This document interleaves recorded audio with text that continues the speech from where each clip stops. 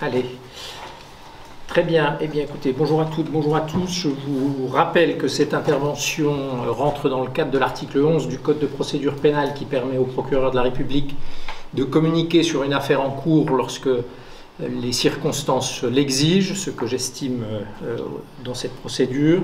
Et je vous rappelle également que dans cette procédure, personne n'a été définitivement condamné, donc toutes les personnes citées, y compris lorsqu'elles sont mises en cause, bénéficient de la présomption d'innocence. Je vous propose de vous présenter cette procédure en 3 temps. Le déroulement des faits, la version du mineur dont la garde à vue a été levée il y a quelques instants pour être présentée au tribunal et les suites réservées à cette procédure. S'agissant du déroulement des faits, on peut dire qu'il s'agit d'un élève de 15 ans qui est arrivé au collège en cours d'année, qui a eu un incident avec sa professeure d'anglais avant les vacances d'hiver, ce qui a conduit à son exclusion. Il a réintégré le collège mais n'a pas réintégré le cours d'anglais. Vendredi après-midi, il s'est présenté à ce cours. Il s'est présenté à ce cours et la professeure l'a orienté vers la direction puisqu'elle ne souhaitait pas qu'il y pénètre. La principale du collège a accepté de le recevoir. Le mineur lui remettait alors un courrier qui mentionnait notamment les termes suivants. Si vous lisez ce message, c'est qu'il y a une prise d'otage dans une de vos salles. Je ne fais ça pour aucune raison. Ah si, c'est pour mes frères qui sont morts le 18 novembre 2015. Madame la principale, veuillez déclencher l'alarme attentat et évacuer tous les élèves. C'est à cet instant que le mineur pointait alors un couteau en direction de la principale et la menaçait de mort verbalement. Celle-ci parvenait à quitter son bureau et l'alarme anti-intrusion était déclenchée. Cette alarme conduisait la professeure d'anglais, âgée de 52 ans, à se confiner dans sa classe et à barricader la porte, sans qu'elle ne fasse alors le lien direct avec l'exclusion de l'élève.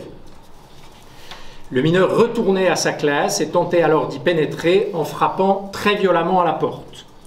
Le sang-froid de l'enseignante permettait d'éviter qu'il ne pénètre dans les lieux ou que des élèves ne quittent la salle. Un agent de maintenance âgé de 56 ans qui se rendait au bureau de la principale était à son tour menacé par le mis en cause porteur de son couteau. Il lui intimait l'ordre de s'enfermer avec lui dans le bureau de la principale et d'y appeler la police.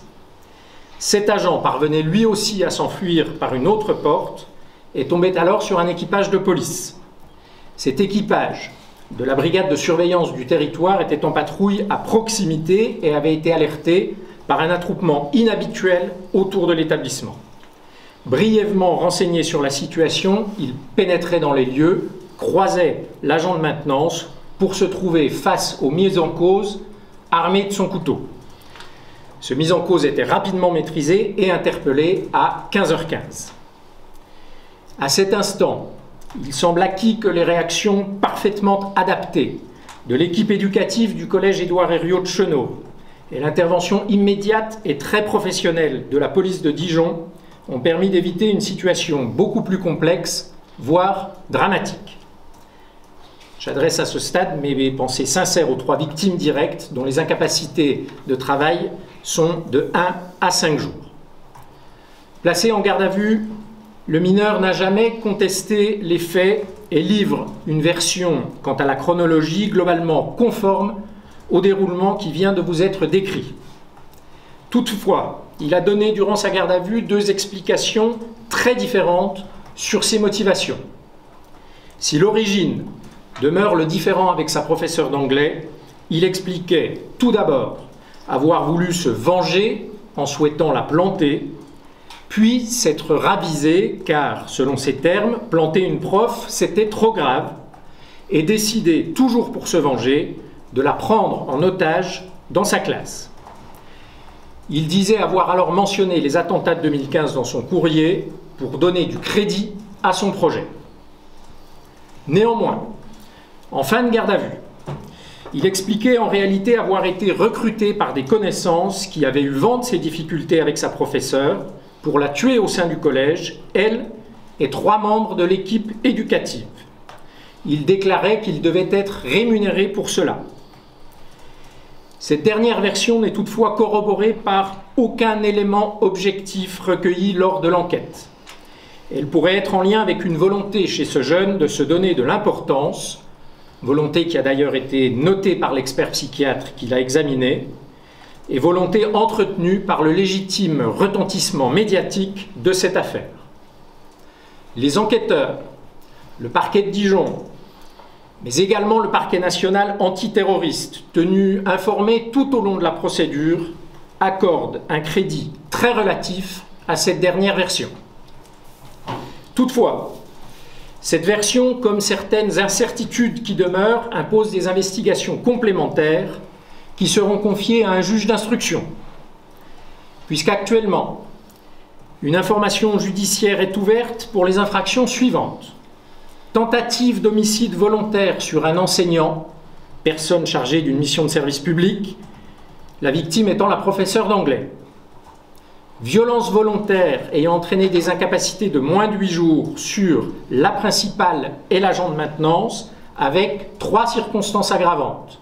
L'usage d'une arme, le fait que les faits aient été commis dans un établissement scolaire et qu'ils aient été commis au préjudice de personnes chargées d'une mission de service public. Également le délit de menace de crime sur personne chargée de mission de service public et l'intrusion dans un établissement scolaire avec une arme. Le parquet a souhaité viser la loi du 2 mars 2010 qui protège les enseignants et aggrave les infractions commises à leur préjudice. Il demande le placement en détention provisoire du mineur, lequel n'est pas encore passé devant le juge d'instruction, n'est donc pas encore mis en examen, a fortiori des infractions que je viens de vous citer. Pour conclure, je veux vous faire part de la détermination absolue du parquet de Dijon à répondre aux infractions commises dans les établissements scolaires et spécialement à l'égard des personnels qui y travaillent. Dans ce département, et je crois que c'est inédit sur le territoire national, a été créé en début d'année un observatoire départemental des infractions commises contre les enseignants, que nous avons appelé audience. Il se réunira de manière exceptionnelle très prochainement pour évoquer ces affaires, comme il se réunit de manière habituelle pour évoquer chacune des procédures dans lesquelles des enseignants sont victimes d'infractions pénales. Je vous remercie.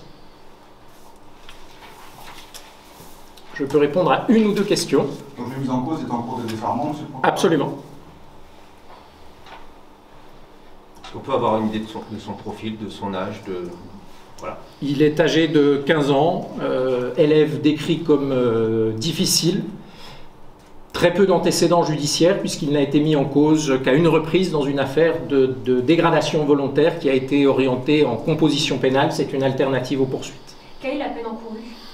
La peine encourue pour la tentative d'homicide volontaire sur une personne chargée de mission de service public est la réclusion criminelle à perpétuité.